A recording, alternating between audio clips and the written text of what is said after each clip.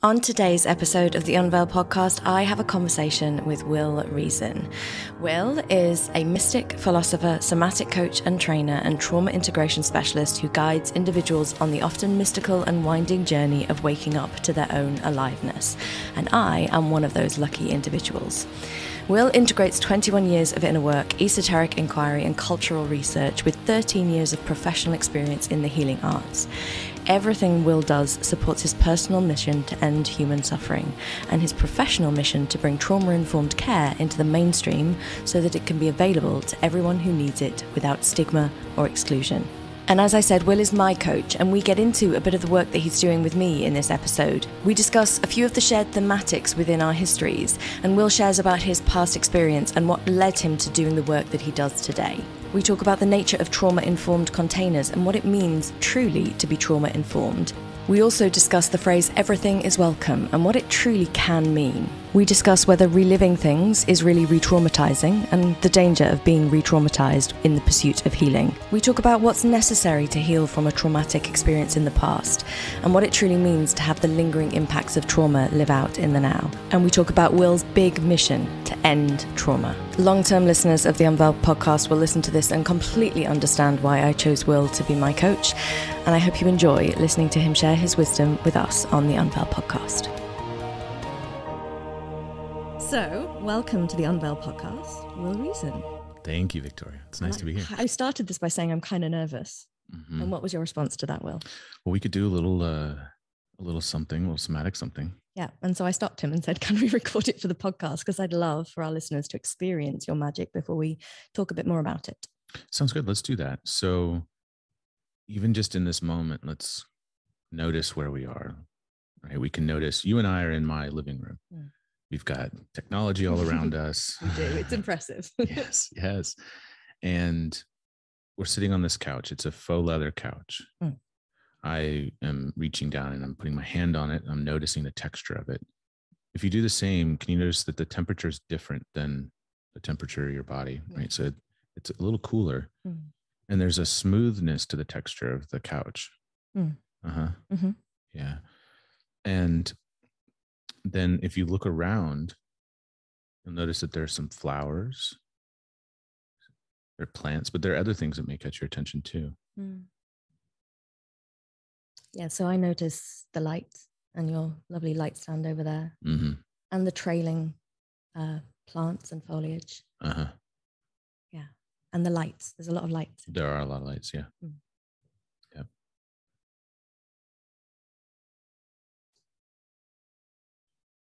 I heard a bug hit the window. Yes. As we do that, does anything change inside? I feel like there's a lowering of where my center of gravity felt like it was. Uh-huh. Feels like I'm settling more into the space itself. Uh-huh. Yeah. How about the weightedness of you? Are you aware of that where you are? Yes, I am. And I'm feeling, so I noticed that there's a lot of different sensations inside me. Yeah. But there is definitely now, in contrast to what was before, there is a kind of like I'm actually sitting here. I've arrived in the space. Mm-hmm. I feel like I've arrived a bit more too. Like there's a bit of exciting energy or more electrical current inside of me, and now we're here, we're sitting, and we took time to be in that transition.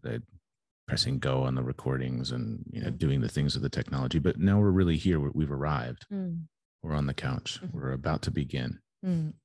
Well, technically, I guess we already have begun. But I love it because I think that so often we just start things as human beings and we don't actually take the time to prepare to begin. Yeah, to get ready to begin. Transitions, right? You and I talk a lot about this. You probably hear me talk a lot about this, but transitions that going from one thing to the next, how much time do we take to do that? Oftentimes it's just a real quick shift from one thing to the next. We go really, really quickly. I just arrived at the place. I jump out of my car and I go inside. Or I leave somewhere and I jump into the car and I turn on the music and I start leaving. I start going, but I'm not pausing. I'm not really with myself all along the way. Sure. I think it's interesting as well. during the height of the pandemic, when everybody was locked down, I spent a long time giving people at-home tips to state change because everything was being done in the same environment. But we return to normal life and we forget that we actually need to state change. And so we tend to have those habits that will be the glass of wine, which is the state change from day to night and those things. But noticing seems to be just as powerful. And I agree. Well, before technology, we would have taken a lot more time to do the things we do. And in my small amount of traveling around the world, which is not really around the world, but just to South America, what I realized is that in areas of the world where there's less technology, people have a tendency to move a little slower or at a different rhythm, closer to the rhythm of nature. And the rhythm of nature is really slow. It's measured in hundreds of years, and so I think we've, out of necessity, maybe disconnected a little bit from that slower movement that's more connected to how nature moves. Can you speak to the necessity? What's the out of necessity? Well, technology has, industrialization and technology have made it so that things are moving faster. And to keep up and to stay connected in our environment, the environment moves faster. So it's more of a necessity for us to be able to adjust and adapt to that faster movement. Sure. And it feels like we're all living at 1,000,000 miles an hour and we don't stop to question it. Right. Yeah. Very often we don't. So we've thrown our listeners into the deep end, into you and your active practice, but tell us a little bit about what you would say you do. Oh, yes. What do I do? And take as long as you want. If it needs to be a broad, rambling answer, it can be. Great. Yeah. Well, the way I would describe myself in my bio online or my website and whatnot is the first point of identity that I claim is more of a mystic or a philosopher. Professionally, I work as a coach and also a trainer. So I teach practitioners to be trauma informed. I teach nervous system physiology and trauma education. And then I work with a small handful of individuals doing an assortment of different things. Most of them are high net worth individuals or high performing individuals of some kind or another that are doing really big things in the world. And I support them with their psychology, their physiology. And I use what I call the field of somatics, or an understanding of somatics, which is the whole system, the living, breathing wholeness of us, to inform how I do what I do with the people that I work with. And that could be, anything from philosophical understandings of the nature of reality all the way to resolving physical trauma or the imprint of difficult experiences. And long-term listeners of the Unveiled podcast will know that you are my coach. And we do this work together. And it's interesting because I've had many coaches in my life and I am a coach. And there are certain people who do certain things. But I've noticed about our work together is it's very different. There's a very different energy about it. There's a lot of just safety created naturally. And safety is the biggest word I think of when I think of you. I think it's the feedback that you get from everyone that you're really safe. Yeah. Talk to us about the safety. What is it that is that in you, or what is it that you're trying to do with people? Is it effort or is it just natural for you? What's your relationship to the word safety? Well, I think safety is a biological need that we all have. It's the foundation of everything as we're moving in the world. And I think it's the foundation of relationships too. Some of what I do with people is fully unconscious. It's a byproduct of just who I am. And some of it is less intentional these days, but began as something that was more intentional. Sure. There's a saying that Ariana and I use in the training that we run, Trauma and Somatics, which is all of you is welcome here. And it's our saying. Now that can seem a little trite. There are a lot of people that use that saying, and it's my philosophy of accepting human beings the way that they are. And so I think that when we can really inhabit that empathy, acceptance of an individual, and beyond acceptance, but truly appreciate the differences and the nuance of a human being, that in and of itself reduces perception of judgment, which reduces internal shame, which softens maybe we could say the barriers to us feeling safe interrelating with others. Sure.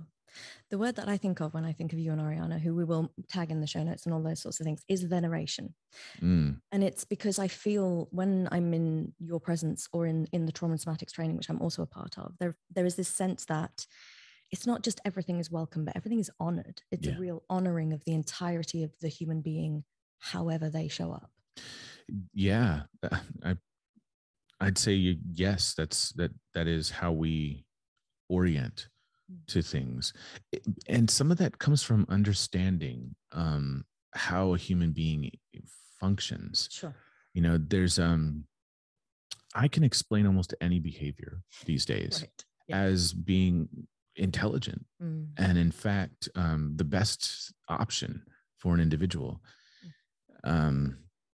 It doesn't mean it's a great thing for it to happen. So in the extreme example of abuse, I can understand why the abuser does what they do.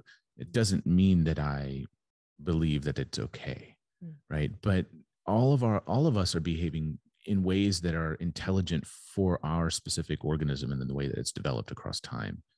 So I take more of this biological perspective on things, and it's interesting because I began coming at this work more from a philosophical or spiritual perspective. And then I found myself connecting with biology in a really interesting way. The two seem to intersect quite beautifully. And the more that I understood that, the more it made sense why we are the way we are. Can you take us on a little bit of that personal journey? So where did all of this start? Where did it begin? What's the sort of genesis of you being the person that you show up as today? Well,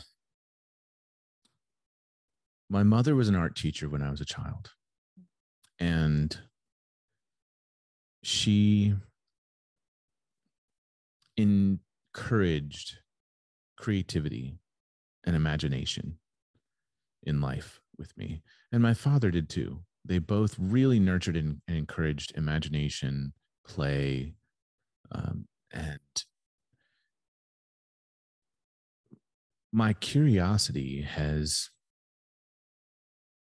I don't know if it was innate in me or if it was nurtured. I think it's probably a bit of both, but I've been curious about humans, about the nature of our world. And I would also really leverage that creativity and curiosity in playful activities, artistic activities. So growing up, my parents read to me a lot. I learned to read when I was pretty young, and culture fascinated me. Culture, like anthropology, I guess, anthropological studies. I was especially fascinated with Egypt and Mesopotamian region of the world.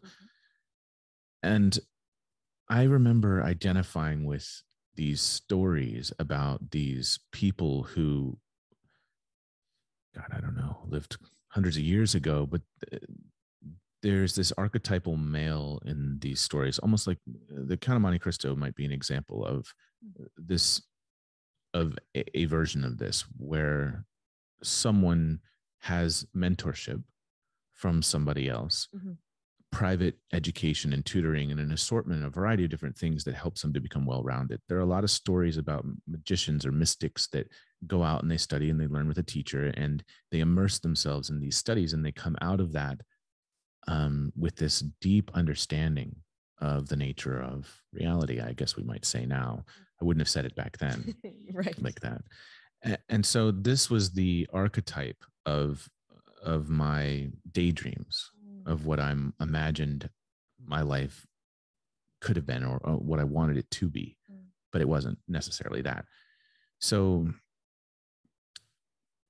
that played in the background as I was growing up.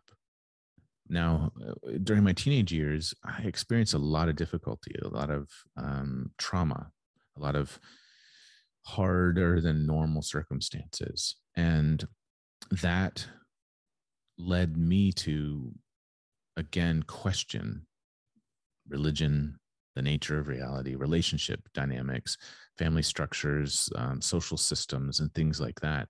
And I began pushing away from, and rebelling from more cultural norms, I guess you might say. And when I came out of that, that was from about 12 to about 16. Things were really chaotic in my life. And at 16, my parents separated, and I went and I lived with my father. And during that time, he was going through a gender identity transformation, I guess we might say. He was going through gender reassignment. And so in that period of my life between 12 and 15, I was in and out of the home. And from 15 to, gosh, I don't know, 21, 22, I was with him in his journey, in my own journey, coming out of this period of like in and out of the home, group homes, and really tumultuous experiences, leading towards not having the tools, not having the means, like internally, not having the support to really manage the trauma. And so I turned to drugs and alcohol pretty significantly, diving into disconnecting myself from the feelings, also attempting to feel something that felt good. So in that, I started reading, and I began reading about different religions. And it started as a fascination or an interest in the occult and religion, and the occult just being anything that was hidden, right? The word occult means hidden, right? So magic or mysticism, Abrahamic traditions. I read, Islam was the only one that I didn't really get deeply involved in reading and learning about, but lots of different divergence of a variety of different mystics, the Gnostics, and then on and on and on into some secret societies. I learned a lot about Freemasonry and different magical orders and things like that. That stuff fascinated me. And it wasn't so much the power, because I was always very respectful of, I don't know, I heeded the warning, so to speak. Right. But what fascinated me was the way that an individual would have gained mastery over certain biological impulses.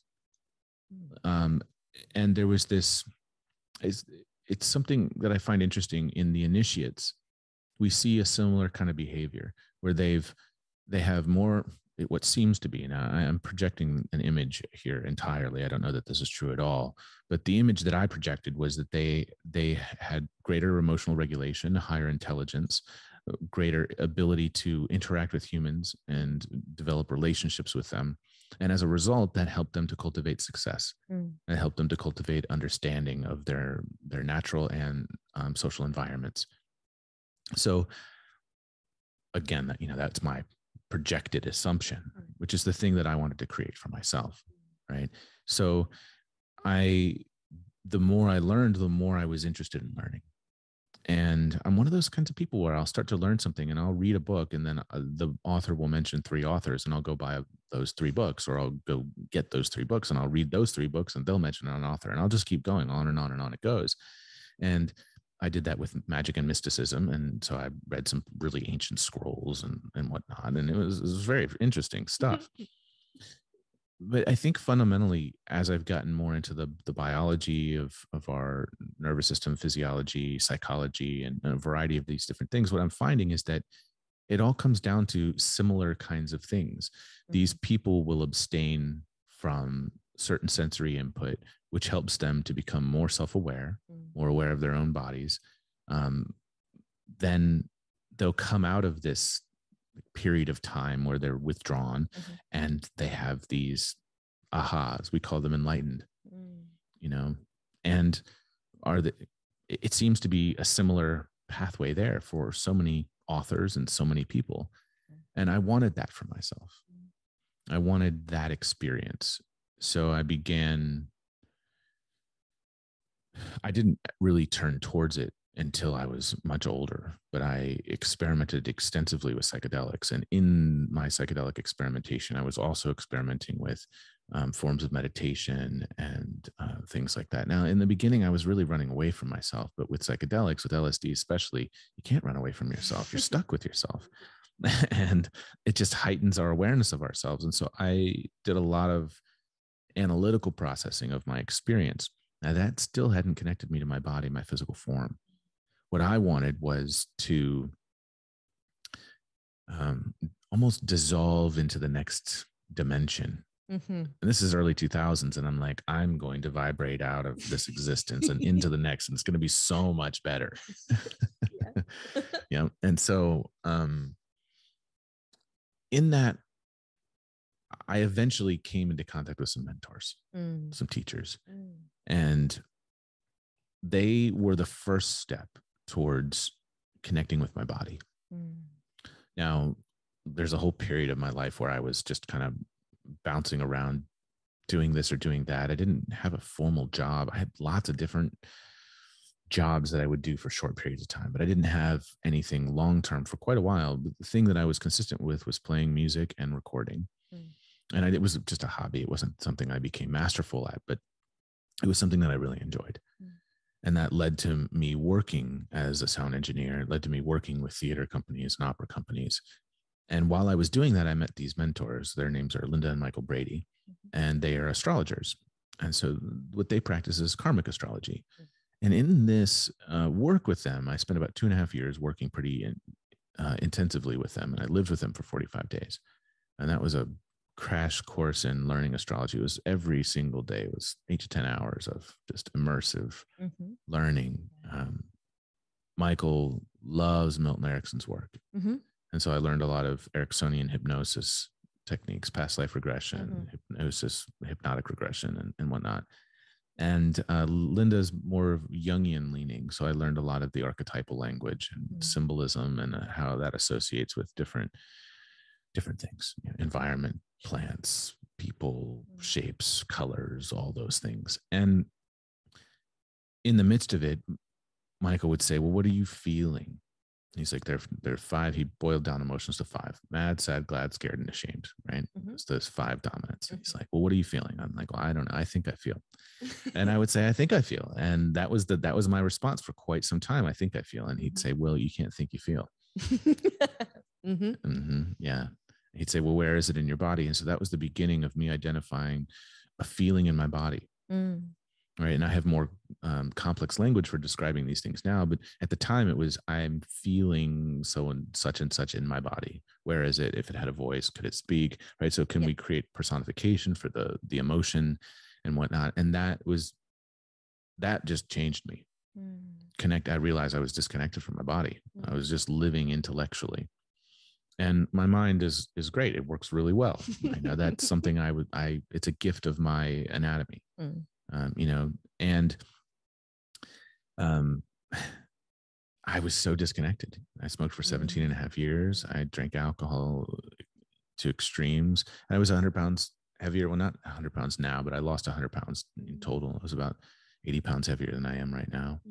And I didn't want to be connected to my body. There was so much pain. There was so much suffering. There was so much discomfort. There were so many memories. There was so much that I was holding on to. And as I turned towards that, my body began to change. The weight that I was carrying came off of me of its own accord. I mean, I stopped drinking alcohol. I stopped associating with the kinds of people that did those kinds of things regularly, at least. I didn't become fanatical about not drinking, but I just was like, wow, I've got to stop doing these things. And I discovered, my mother became a psychotherapist later in life, and she introduced me to somatic experiencing, Peter Levine's work. And that I dove headlong into the field of somatics. I was like, well, what is this? What is this? I had become a coach. I went through a formal coach training. And I found that I had just a natural leaning for working with others, with for understanding them. For I could listen to people's language patterns and know what was going on. I could watch their body language, and I had a sense of what was going on. In the beginning, I would make up stories about this, like I would imagine what was going on with them, and I thought that was real. Yeah. And I don't know if you or any of your listeners have seen The Deep End, the Teal Swan documentary, but it's a oof, man. Maybe you and I do a part 2 and we try to deconstruct that. For sure. Yes. Part of what they do in that is they tell people what they're experiencing. And I think there have been a lot of memories that have been implanted in people unknowingly. Yeah, because of a lack of oversight, maybe. But anyway, where I began thinking that I could know what somebody else's inner experience was. Right. And I went through the somatic experiencing training, and that changed my life. What I realized was that there was so much I just didn't know. I just didn't know. And I was really good at this thing. It came naturally, but it gave context to what I was already doing. Yes. Because I was already working with the body. I was already helping people to connect to their emotions. I was already helping them to become more embodied, right? More connected to their feeling self, to their sensory self. And what I say, our body is the conduit for us to experience our aliveness. I can't even have the concept of soul without this physical form. This physical form is the conduit for me to have all of those ideas, for me to even have any perceptions of anything. And so I want to have a sense of connection to this, because this is the communicator. This is the intermediary between me and the world. And so I began devouring as many different teachers in this field as I possibly could. And that's led me to teaching. So the short version of how I got to where I am here. And it's so fascinating to me because there's so many seams of our stories, whilst being entirely different, that have so many intersecting points where I think that study of archetypes, that study of like seeing the themes and almost transferable skills, that kind of like, oh, I'm seeing the patterns start to form. It makes us what we think is innately good at seeing in people what we've read in a book or what we felt in ourselves. And that the tendency is then to be very much, I know what I'm seeing, I know what I'm doing, and being not so much directional, although that's possible, but almost layering our experience on someone else's experience, which is the antithesis of what we started this by doing, which is honoring the other experience without meaning, without making it say anything about them. And I think that it might have something to do with why people feel so safe when they're with me, because I'm really not, I do my best to withhold meaning, applied meaning to other people's experiences. And when somebody shares something with me, I'm really listening. I go, wow, that must be whatever it is for that person. Right. Yeah. And just to add my kind of lived experience into that, I'm very sensitive, and it's probably obvious to people who listen now why I sought you out as my coach, because that connection to my own physiology is the challenge for me. It's the most challenging thing. I think it probably is for a lot of people. And I've had the life where I'm very conscious of that separation and actively have been working on it seemingly for decades, and still have a ways to go. But for me, I can super sense the outside environment. I'm very hypervigilant to people as they come into my space. Yeah. And we have been talking virtually for a long time, but then you came into my space last week and you didn't add anything to the space, not in a negative way, not in there's no substance to you. You didn't bring an agenda. You didn't bring this sense of a presence that I had to compute energetically. You just met me, complimented me where I was. And that's a very unique experience for me, particularly with the complex dynamic of coach and client, where there is a lot of pressure and a lot of power and it's a complex situation, and it can be fraught with difficulties. But to experience you personally, I'm sure everyone feels the same. It's like you're very genuine, and this felt sense of safety is so present, but it's not just the kind of trite, you are welcome stuff. It's very much it's like you're not seeking to enforce your energy into the space. Yeah. And I'd say internally from within myself, I'm not. I want to be conscious of that. Mm. And meeting you where you are, there's a concept in the field of psychology of joining, right? Joining with the person that you're with. I want to be joined, but I don't want to have I don't want to overly influence you. Right. I want to meet you so that we're connected, right? The edges of us might be connected energetically. But you still have agency and autonomy to do or say or be whatever it is that you are. Right. And I'm not here to force that change or anything to happen. Yeah. And then I'm not disconnected either. Yes. You know, like we teach this concept: joining, merging, disconnecting, right? And the joining is what we really want, because then that requires much less energy, less energy from me, less energy from you. And I've been fascinated by the lack of meaning attributed in all the work that you do, both with me personally, but also in the trauma and somatics training. It's very much, we don't add context to it. This brain is great at adding facts into the situation and kind of, as you said, making up its own storyline. Yeah.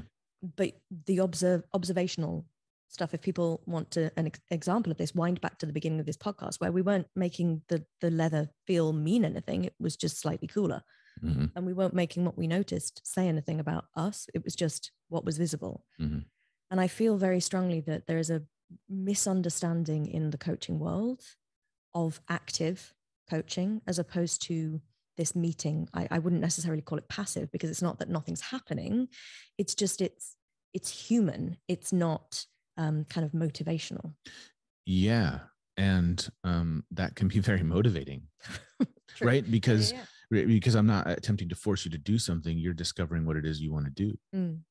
The thing about reality is that Anthony DeMello, I really love, there's a lecture of his, and we can link it in the show notes to the Spotify lecture for those of you that have Spotify. But Anthony DeMello, and I don't agree with all of the different philosophical things that he talks about. I think this was in the 80s when he did this lecture series before he died. But one of the things he says that I love is reality. Concepts are abstract. Reality is concrete. And I shared that to social media one day, and people wanted to debate with the word concrete and all this stuff. And I think they just missed the thing. But reality isn't something that we add anything to. Nothing needs to be added to it. And when we observe it, if we can observe it without adding meaning, the observation of reality does something for us, right?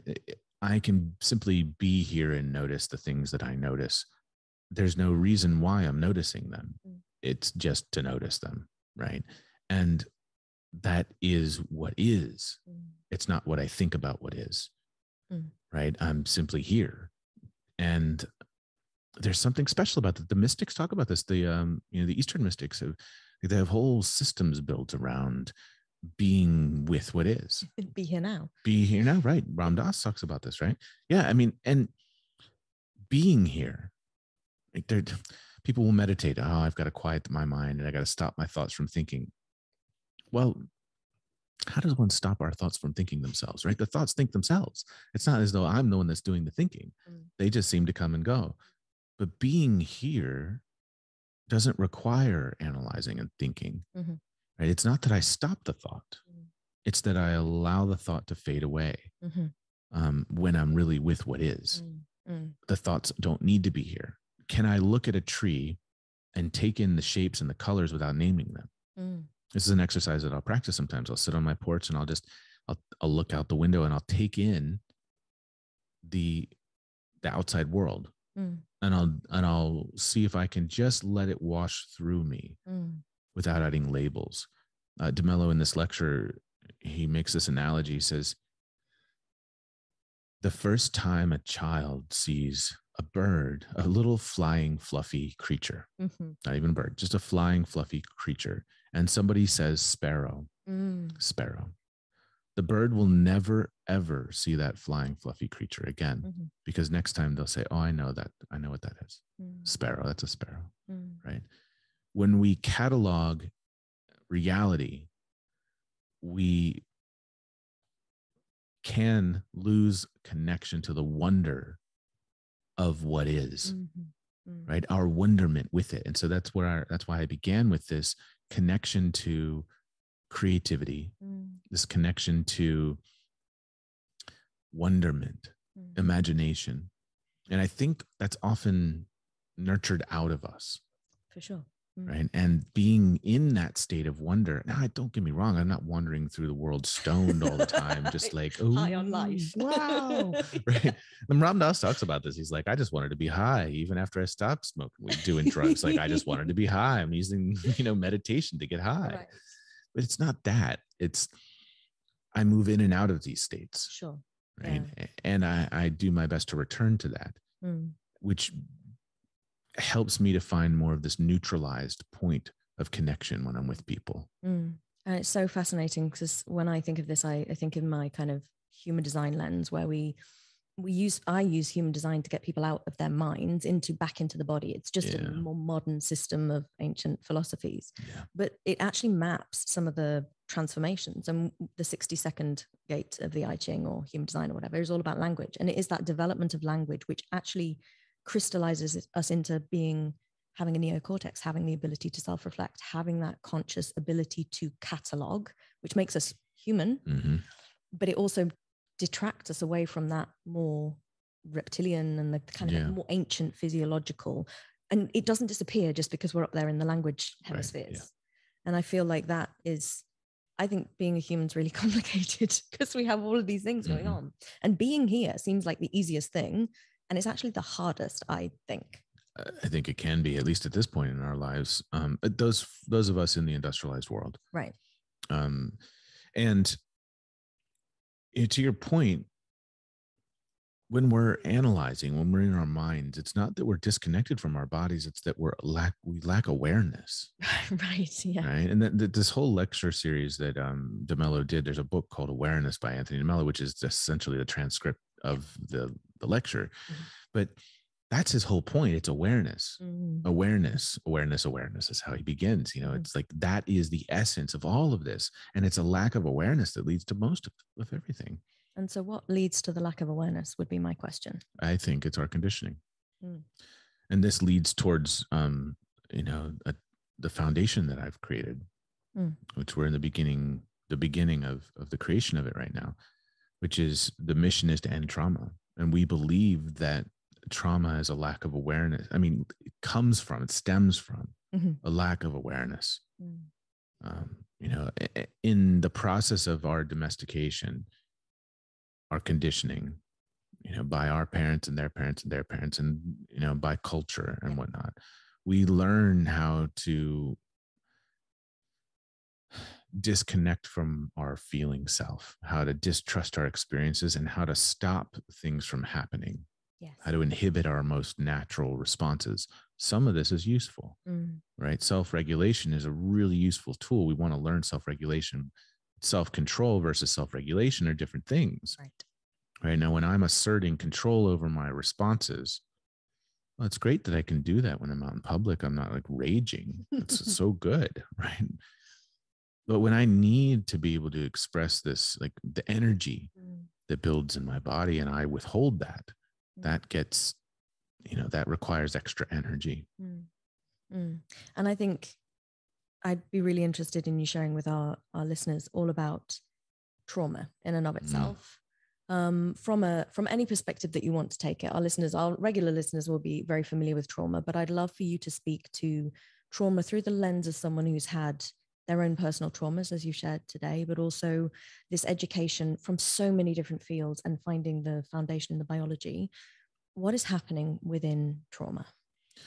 Well, trauma is the living memory of something that was overwhelming for our system. It was too much for the system to process, too much for our body, right, to process. And then it comes back as a reaction to certain situations. So what's happening inside with all of this? How do I simplify this? When I tap my knee, my body jumps. There's a reflex. In the same way, when I experience something that my body just can't process, a certain kind of reaction can become normal for me. Right? My body begins to react as though this knee tapping is happening all the time. So my knees just jumping, my legs just jumping all the time. So my system's still getting those signals across time. That affects every one of us in some way, shape, or form. Every single one of us in some way, shape, or form. And most of us are unaware of it. Now, when we become aware of it, it doesn't mean that it goes away, right? I mean, geez, I know. I'm sure you know too. And it's through the becoming aware of it that we can begin to do something about it, right? There are a lot of practices for healing trauma that are built around re-experiencing the thing. Speak to that, because I really would love our listeners to understand whether that's the right thing to do or whether we really need to re-experience the thing. Yes and no. Right. So philosophically, we could say, yes, the body needs to have a chance to process, to rework the sequencing of overwhelming events, right? So that it can process the experience and integrate that, the sensory experience, the psychological, the emotional, all of these different pieces, like the mechanical motor memory and whatnot. How we do that is what matters most. Right? Big cathartic experiences just overtax and stress the nervous system, the whole body, not just the nervous system. There's a lot of literature right now where we're all talking about the nervous system. It's just one small facet of the whole, right? And we know, you coming from functional medicine, it's not one little piece. If we segment out sections of the body, then we're missing the big picture, which is everything is interconnected. So when we go at stimulating a person to feel the overwhelm of some memory or some event from the past, what we actually do is cause them to become flooded with the memory. Their body starts to respond, cortisol, norepinephrine, right? The system starts to behave as though that's happening. The body can't differentiate memory from reality, especially when it comes to trauma. Trauma is that living memory. It's literally alive right now. So when we stimulate a person to remember or re-experience those events, the person's really reliving it in the present moment. And when they're reliving it, they're now overwhelmed again. And yet again, they're not getting their needs met. So yet again, they're experiencing the fullness, the overwhelm, the flooding, the emotions, the terror of that traumatic experience. That doesn't cause healing, right? That just causes the person to relive it. Now, we have a variety of forms of exposure therapy that are very popularized in the personal development industry as a result of NLP and a number of other different training models that have come out of lots of different schools of thought. What we find is, yes, we can feel good afterwards. Right. Right. Expressive therapies. Yes. I feel amazing after I do this. 2 weeks later, I'm feeling pent up energy. I need to go express myself again. So now I've associated doing the expression with feeling better. And what's happening is I'm doing the expression, I'm getting a dump of all these different neurochemicals, right? And I do feel better. Right? I feel wonderful afterwards. That's not fixing, or it's not resolving, not fixing, because there's nothing broken. It's not resolving the pattern. Yeah. It's not interrupting the pattern. It's just providing me with some relief. Temporary relief. Correct. Yeah. Because I need to continue to return to the thing. Yes. And right? It creates a dependency then. Exactly. Yeah. So people will often say, yeah, I'm totally healed. I go do this thing all the time. I'm like, well, so if you're healed, why do you need the thing? If I don't have a headache, do I need to take something for a headache? No. I mean, I don't take things for headaches. No, we got the example, yeah. But in this example, right? No, I learned that I've been dehydrated chronically. So I start drinking water more often, and then suddenly my body functions better and I don't have headaches at all. Well, that's resolution. So the pattern of behavior dissolves. Well, most techniques need to be revisited. Most of the time we need to go back and do the thing. We got to see the person. We got to do the breath work. Yep. We got to do the cathartic, like we got to beat the pillow. Oh, you're still getting mad. You got to still hit the pillow. And that's not that we don't get mad. It's that our bodies know how to regulate themselves. It doesn't take us over. So catharsis doesn't do anything other than maybe make us, give us some hormone dumps and make us feel good. But that's not resolving anything. It's a slow and more methodical approach that helps an individual to resolve those things, also being met in this way that you and I are talking about. Like, there's no judgment about the behavior that you're experiencing or that I'm experiencing, right? There's just full on acceptance and curiosity. Yeah. And over time, the system begins to change because it goes, oh, I don't need to do that anymore. Right. Yeah. Right? I'm personifying the system here, but the body begins to realize that it doesn't need to do that. The whole foundation of Moshe Feldenkrais's work, functional integration or awareness through movement, the whole foundation of this is the idea that when the brain understands, when it can have signals traveling between the different like postures and the different parts of the body, that it will automatically change because it goes, oh, well, I don't need to do this anymore. Yeah.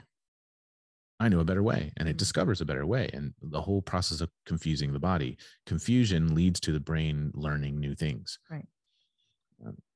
And I digress. I can just go on little tangents. I know, here. and this is why we could have like a 6-hour-long podcast, because I could talk to you about this all day, because we have different reference points, but we've come to the same conclusions with things. So people will know I've seen chiropractors forever for that very reason, because if there's a miscommunication that is structural or like functional for some reason, literally fixing it, resolving it does help. But some chiropractors want to create dependency on always going back to them. And so I'm always looking at, well, what's the symbology underneath? Why is that specific thing always happening? And everything has an association. There's layers and layers and layers and layers in all of this. Yeah. And it's very funny to me. Funny, it's not funny. It's amusing that this work is slow, but also fast. It is, right? And it's kind of like getting on a sled and moving downhill. Right. In the beginning, we're not moving all that fast. And let's say that it's fresh snow.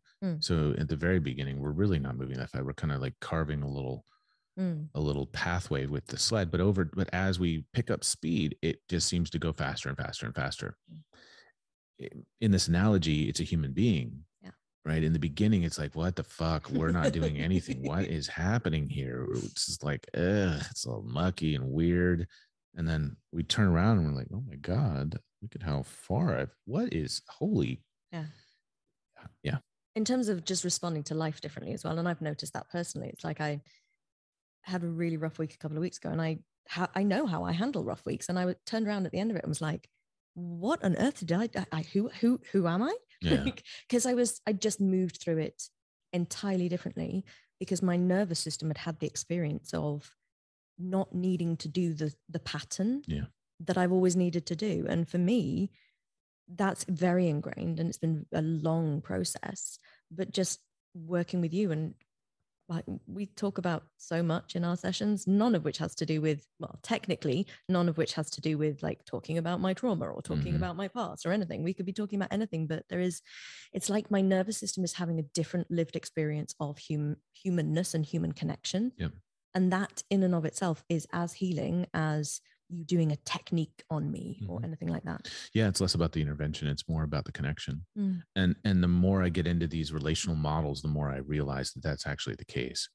If two people can feel safe in connection and in relating with each other, then there's a ton of work that's happening that's nonverbal, right? And for the bodies, there's like a settling. So the default state starts to change. Right. And even in our discussion about branding and web development or a variety of other different philosophical musings, there's still something that's happening beneath the surface. And, we'll do little dip in, like a little dip, like I'm dipping a chip in something. Right. And then we kind of circle back, and then we meander in conversation, we dip back in. And there is an intentionality in that. But it's less about technique. Like I could use a variety of different interventions, but Do we need the interventions? No. What I realize is these interventions are just one person's way. They've discovered something that works. Right. We don't need all of that. And people will know that I'm creating our coach training curriculum at this moment in time, where I'm teaching a lot of stuff, but the creation of it has been very influenced by the work that I've done with you and the work that I'm reading now and studying the somatics, because for me, the everything matters principle, where there's so many different points in and so many different ways that different humans might need to feel regulated or safe. And yes, I could just teach somatics, but I wouldn't. I would just send them to you because you'd be better at it. But there is that sense of like, to create truly healing professionals, we almost need to learn the techniques to throw them away. That's it. It's like with music, right? It's like with art. It's like with dance. It's like, we can equate this with almost anything, right? So we learn how to do the thing. We learn like formal structures for how to do the thing so that we can just throw it away and allow it to emerge from us, pieces of it. They become blended. So now when I pick up the guitar, I'm not thinking about anything. I'm just allowing the sounds to move through me. And that's what we want to have happen. You know, I've taken in a lot of different techniques over the years, and I'm not thinking about the technique. I'm present with the individual, and I allow that to emerge from me when it's necessary. Yeah. And how would you say that is for you? Are you genuinely just not thinking strategy and stuff when you're in a coaching space with someone? Is there a part of your brain which is focused on the doing, or are you totally in the being and trusting the co-regulating nervous systems? It's a combination. It's probably 90-10. 90 in favor of being, 10 in favor of tracking and paying attention to where are we on this map right now? What would be most helpful given the moment? Am I noticing, like, what am I noticing? Would it be useful to do this, that, or the other thing here? But there's very little of that narrative inside, and a lot of it's just presence and responsiveness to the moment. And it sometimes depends on the individual I'm working with. Some individuals I'm more paying attention to an arc across time, and I'm looking at where they are in this arc then while I'm working with them, and I'm thinking, okay, I may want to use a certain intervention in the next few sessions because I want to stimulate something to happen, which will continue the movement that we're working. And do you feel confident and happy to speak to those interventions that you might use at any point within your work? Sure. Well, I mean, it's a variety of different things. I mean, anything from archetypal processing work, dream interpretation, hypnosis, all the way to different somatic interventions, sensory orienting interventions, movement, expressive things. Now, when I say expressive, I mean, again, it's incrementally increased across time. Excuse me, incrementally increased across time. And that may lead to bigger experiences. But it's all determined by the person's state, by their body. Can their body handle the intensity of what we're working with? Sure. And how often are you walking someone back and talking about their trauma? Very seldom. Even in our work, I didn't do an exhaustive. I didn't want exhaustive history from you. Because in our conversation, I had enough context to know that going through all of that, is it okay that I talk about? Of course, I had enough information to know that restating and re-talking about all those things would be hard enough in and of itself. And that's it's one of the things we teach practitioners now, which is we want to be really careful when we're gathering history about a person. Have you experienced trauma? That needs to be a yes or no question. Have you experienced sexual trauma? Yes or no question. And even those questions can sometimes be too much for some people. And we trust that they have the resources that they need to take care of themselves. Right. I do have people fill out a variety of different forms, but that depends on the individual that I'm working with and the intention of our work. Sure. And it's very true. Like we talked and also I think for me as well, there's an existing narrative about my history, which repeating to somebody when I'm in the process of trying to shake that up serves no purpose. So yeah, it's been very interesting to me, because the typical thing when you're a functional medicine practitioner, and this is a part of the reason why I want to build out our academy to actually deliver a training for functional medicine practitioners, because that initial session that people have is a case history, and they will ask all sorts of questions, and without any of the capacity to understand what they are doing to that client. Yeah. Well, that's the thing, right? So as I've become more adept at paying attention to a person's body, what I've realized is, oh, that was too much. That particular piece of conversation was a little too much for them in that moment. I can still do effective work with knowing nothing. I don't need to know anything about the history of the individual. Now, it's definitely helpful for certain kinds of work. And to completely contradict myself, sometimes what I'll do with individuals is I'll have them do a full narrative of telling me their entire life story. Right. Because for some people, they don't talk about those things. Yes. They've never told their story. Yeah. And yet I'm very cautious about reliving or retelling stories about trauma. Yeah. Because like I was saying earlier, the body remembers that stuff. We're reliving it when we get into those things. Sure. And I love what you said there, because it is, to meet a human being, you have to meet that human being. You don't meet them with this is the way I do it, and then this is the way it's always done. And I very much feel like there's a lot of training in this whole industry, from the functional medicine all the way through to coaching, which is just, here's your intake forms, here's the session, like what happened in the greatest memories in the first 5 years of your life, the worst memories in the first 5. Wow, okay, so we're 2 minutes in and you've traumatized the person already. And it's so hard to recognize as a human being where we started this with the speed of life. It's so difficult for us to recognize that the slow pace of everything that we're speaking about today, because it isn't jumping in the deep end. It's not diving off the cliff into unpacking our souls of trauma work. It's just slow, subtle, incremental moves towards stabilization and integration. And that's how we as organisms change. Slowly, methodically across time. Like if we want to change the shape of our body, we go and we exercise, and that exercise, we don't go into the gym with an expectation that in 1 week's time our body's going to be totally different. Because it's not going to be. Now we can use a variety of different substances to stimulate that to happen, but those are not sustainable changes, right? We don't hold that. Like if I use steroids and to bulk up, as soon as I stop using those steroids, that bulk is going to go away because my body's not producing the necessary, stuff to do that.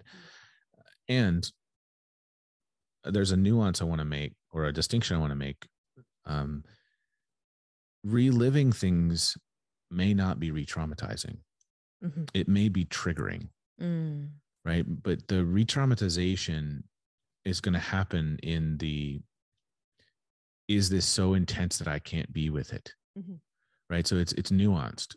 That could happen if I'm really pushing an individual to tell me their story, if I'm yelling at them, if I'm forcing them to relive a difficult experience, and then I'm telling them that they need to repattern it, and I'm getting in their face, and I'm personifying the abuser, right? If I'm doing something like that, that could be traumatizing in and of itself, but it's not re-traumatizing. What we're doing is we're traumatizing the person in a new experience. It's overwhelming, and and it's too much for their system to process. And so we have our survival responses that come online.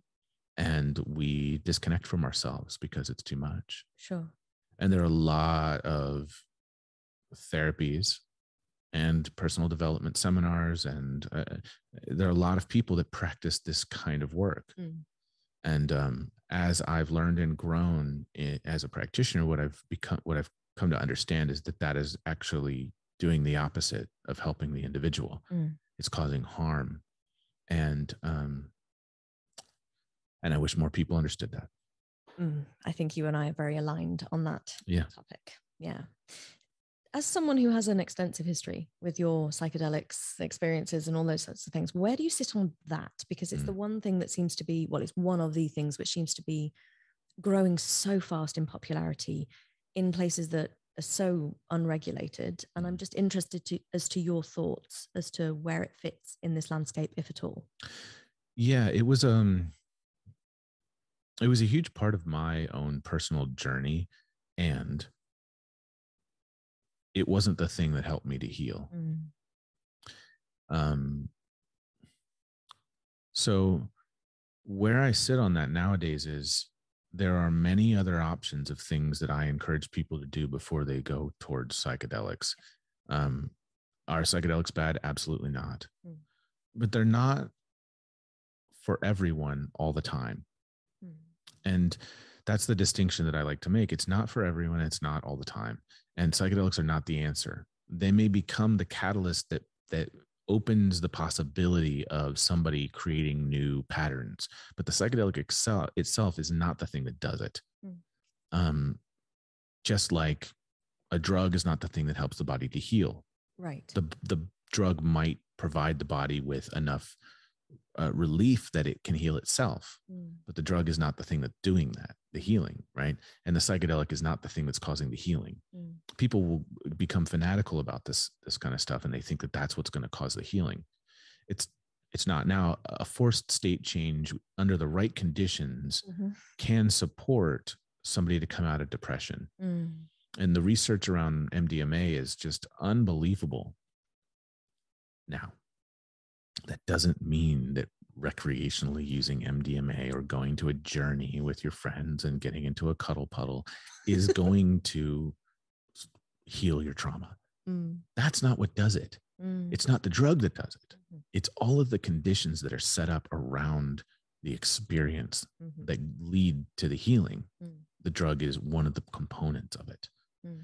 So with the MDMA therapy, what MAPS, the organization that's researching the multidisciplinary of psychedelic studies, what MAPS has discovered using some of Stan Grof's work interwoven with a bunch of other different therapeutic processes, they have multiple sessions ahead of time with no psychedelic administered. They have a single 5 or 8 hour session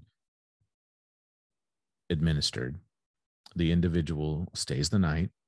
There's processing before, there's processing after, there's processing during, there's processing the next day. And then there are 3 to 5 more sessions that without the administration of the drug. Then there's another administration or administering of the drug, and in the same kind of conditions. So what we have is a full therapeutic container that's created in a way that supports the individual, the organism, to change. The psychedelic stimulates the individual to be able to feel things that they would not normally feel in that particular setting. Now, that can be useful for some people who've been stuck in physiological patterns for a really, really, really long time. That's not the only way. And the substance has only something to do with it. Right? People are become fanatical about ayahuasca too. They've personified it as a mother, as a spirit, as a something, right? So it has this energy, this spirit, and it's doing the healing and it's doing the teaching. And I think that can be useful for us if we understand that we are using archetypal language, if we understand that we're using symbolism to personify the parts of ourselves. But I think where it becomes dangerous is that we begin to believe that something outside of ourselves is telling us to do something, rather than we are connecting with a deeper part of our psyche. The psyche is essentially means soul, right? We're connecting with that deeper part of ourselves. The unconscious is personifying all sorts of parts as images, as symbols, as experiences. Well, if we don't know how to make sense of that, then we're going to carry that experience into the world in a different way. We're going to believe very different skewed things about reality. But when we come into contact with reality more as a result of these things, I think that can be supportive. Most of the time I direct people to do other things first, and I'm assessing whether their system or their sense of self is strong enough to experience this. So what I often say is, if you want to experience psychedelics, for you to go and experience psychedelics, you have to really have a healthy ego developed, a strong sense of self, a strong sense of place in the world, a sense of identity, because there needs to be somewhere to return when that's fragmented and it's shaken up. And then on the other hand, we also need to have a physical body that can um, undergo the intensity of the experience and come out the other side without being so shaken that we're dissociated from the experience. Right. So again, with presence, can I be present with my experience, or is it overwhelming enough that I begin to dissociate from myself? Am I lost in a daydream? Am I lost in a hallucination? Well, if I am, I'm not really getting the gift of the experience in the same way. I have insights. I think I'm touching the cosmos, and I'm seeing fractals and meeting aliens. I mean, that's lovely from a philosophical standpoint, but that's not healing. Yeah. I mean, people want to go and party and get high. I'm all for going and getting high. Go get high. Call it getting high. Right. Yeah. I don't think it's the most productive thing sometimes. That's not me saying, go get high, even though those are the words I use, but it's let's name what we're doing. I think there can be value in having these mystical experiences. And I don't think that that's what's going to cause the healing for the individual. And I really appreciate you speaking to that. That is supremely valuable. I also feel like, just to speak to our shared point of connection with the music, it's so fascinating to me how all of these experiences, there's a musical element to it. There's a sound element that's also having an influence on the state and the nervous system of the human being. I think that my history with music makes me a better practitioner because I'm tuned into frequency. What would you say to that? Do you feel like that's a part of it, or? Sure. I'd say your connection to creativity, to using your brain in a different way. When we learn how to play music, or when we learn how to dance, those two things specifically, we're learning how to separate out perception of experience. So with music, especially playing with a symphony or an orchestra or a band, we're learning how to separate sounds. So I can focus on multiple sounds at the same time, but I can zero in on, like, I remember the first time that I was able to hear music on the radio and identify the different instruments.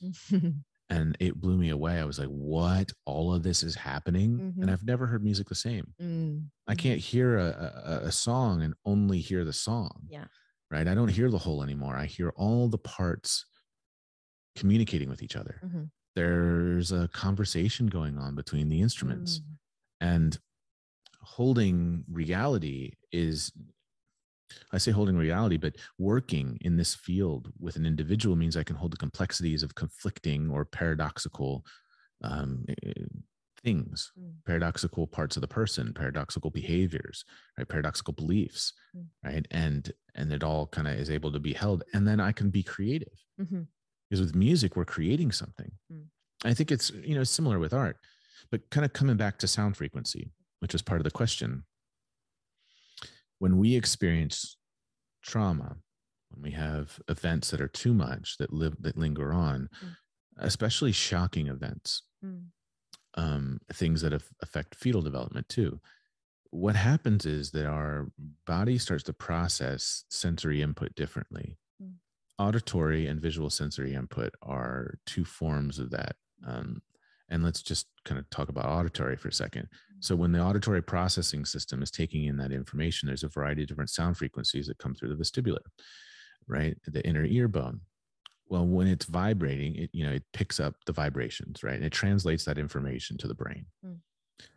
When we have shocking experiences, our body starts to take in more of the high frequencies and the low frequencies, and less of the mid-range frequencies. Well, our vocal range is mid-range frequencies, like frequency band. The low tone frequencies are the ones for danger, and the high tone frequencies are the ones for signals of danger. So we go see a horror movie or a scary movie, right? Any kind of movie, really. If you mute it, experience of the movie is totally different. Yes. But if you pay attention to a part of the movie that's supposed to be dramatic or intense, there will be a lot of low tones and a lot of high tones that are being played, not without a lot of middle range. There's a lot of low tones, a lot of high tones. And if you have a sound system, there's rumbling and there's screechy high notes. That causes our body to respond, right? That's physiological. So the interesting thing is with Stephen Porges's work, Porges is the founder of the polyvagal theory. Stephen Porges's work is he's discovered how to use sound frequencies to help people with sensory processing differences, autism spectrum, to be able to process sensory input differently using sound. And that affects the way the vestibular processes frequency. And sometimes the vestibular will become calcified. You know, the bone, the inner ear bone will become slightly calcified, and it'll shake off some of that calcification when going through this protocol. My mother does a lot with this protocol, and I'm going through the training right now. It's called the Safe Sound Protocol. And it's just fascinating how helping our bodies to process sound differently can change the way we experience sensory input, both visual and proprioceptive and physical kinesthetic. All of that changes. Our ability to process information changes. Our ability to articulate information changes. And it's amazing how we become more organized, or organized in a different way. And I love that you shared that. I find it fascinating. When you told me, I was like, oh my God, this is so interesting, because I am a very frequency-oriented being. My dominant sense is feeling the frequency of the world around me. And there's so much sound that we don't hear that we're still picking up somewhere in our system. And being a musician and going through my traumas when I was 17, I found very strongly that after that moment, I couldn't be a musician for a long time. And even now to this day, I thought and when we first spoke about this, I was like, I kind of lost my middle register. Actually, what I noticed the other day was like, I can't hear it in my head to pitch it accurately in the middle register. Great in my soprano range, great in my chest voice, but in that it's like my brain can't hear it or feel it. And it could be, I mean, I'm not recording myself and listening, but it could be great and I just am not hearing it right. And it fascinates me. This whole thing just feels like there's so much that we have yet to learn about the human being. Yeah, there really is. To heal. Yeah, there really is. That's so fascinating, Victoria. I'm interested by that. I mean, it's a really interesting thing. And there probably is something physiological to that. There's probably something scientific to that. And for me, then I'm tying it into like diaphragm control. But the diaphragm is a huge part of like really key for the cranial system. It's one of the beds around which we orient. And I'm kind of like going, I just would love to like open me up and work out what's happening. Well, and the diaphragm squeezes the kidneys, which affect the adrenals, right? Which affects the pituitary and the hypothalamus, right? So we have all of our systems that are interconnected again, right? Sure. The fascia around all of these, when there's stress, what happens to the fascia? It constricts, right? And that causes, or it's sending signals, right? The fascia connects to everything from our bones to our organs, right? So there's this communication of threat. And again, with this safety thing that we're talking about here, right? So when we are getting chronic threat signals, our body's using extra energy to manage those chronic threat signals. With trauma, and it's with, the imprint of something from the past. And the Buddhists talk about this too. Trauma is just the word we're using now to talk about this. But with these signals going, we are using all this energy. When we stop using that energy, our body goes, wait a minute, what's going on? Yes. Right? Quite literally, it does. Yes. And I don't know what to do. The system goes, well, what do I do now? Well, this isn't safe. Yeah. And it's not that it's not safe, it's that this is no longer familiar. Right? So now getting the threat signal was what was familiar. We stopped getting the threat signal and the system freaks out. It goes, what the fuck? What am I supposed to do? Yes. The system doesn't know how to organize now. Yeah. Right. And so this is why we go gently, so to speak, when we're working with clients. I could talk to you all day, Will.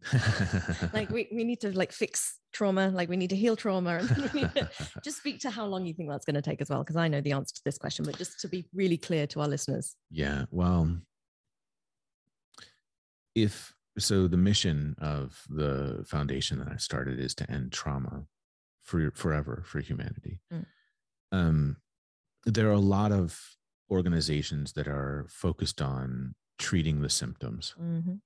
Right. And I'd say all practitioners are focused, that are working with other human beings, or in some way, shape, or form working on supporting dealing with symptoms. Mm-hmm. What we propose is that we stop it before it starts. And that is going to require hundreds of years of helping humans to develop themselves, to raise each other, to treat each other differently. We've got to learn new habits and patterns, and then we've got to learn them to the point that they become instinct. Because who we are right now is instinctive. Mm-hmm. It's genetically passed down. It's predisposed through our behavior, through our environments. And we've got to change, to change that, to change the fundamental way we respond to the world requires embedding a new pattern that becomes a reflex. What I will often say to colleagues, and sometimes to Ariana when she and I are talking, effective treatment looks like the person's behavior has changed on its own. I've done nothing. Yeah. I don't have to do anything. Their behavior begins to change of its own accord because of something within them. So we've set up the right conditions for that change to be automatic. I want to see the change automatically happening. I don't want to be using an intervention. I don't want to be efforting to force that change to occur. I want it to happen on its own so that it's the own biological impulse to change is taking over, which is, yes, there we go.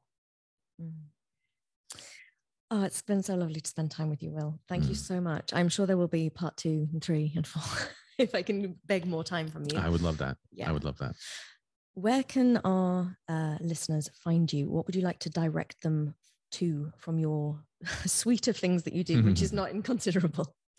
Well, people can find the training traumaandsomatics.com, and my work at either willreason, rezin.com, or awakensoma.com. All of my work is accessible through my social media channels. There's not a lot that's being put out right now. That I have plans to change that over the next year, but at Will Reason, REZIN, on I think both Instagram, and you can find me Facebook /Will Reason. We will put all these links in the show notes. Yeah. I will also put some of my favorite Will interviews where I managed to stalk you down from as well. We'll link to those because you deliver so freely of yourself to this world to try and influence with your energy. And I really appreciate it. So we'll make sure all of our listeners are directed to find you. Thank you. Thank you for having me on the podcast. This has been lovely. Oh, thank you. Thank you for listening to today's episode of the Unveiled podcast. Please do remember that registration is now open for the Unveiled Coach Training Certification course beginning in September of this year. If you are interested in becoming a coach, or as we like to call it, an integrative healing professional, then this is the course for you.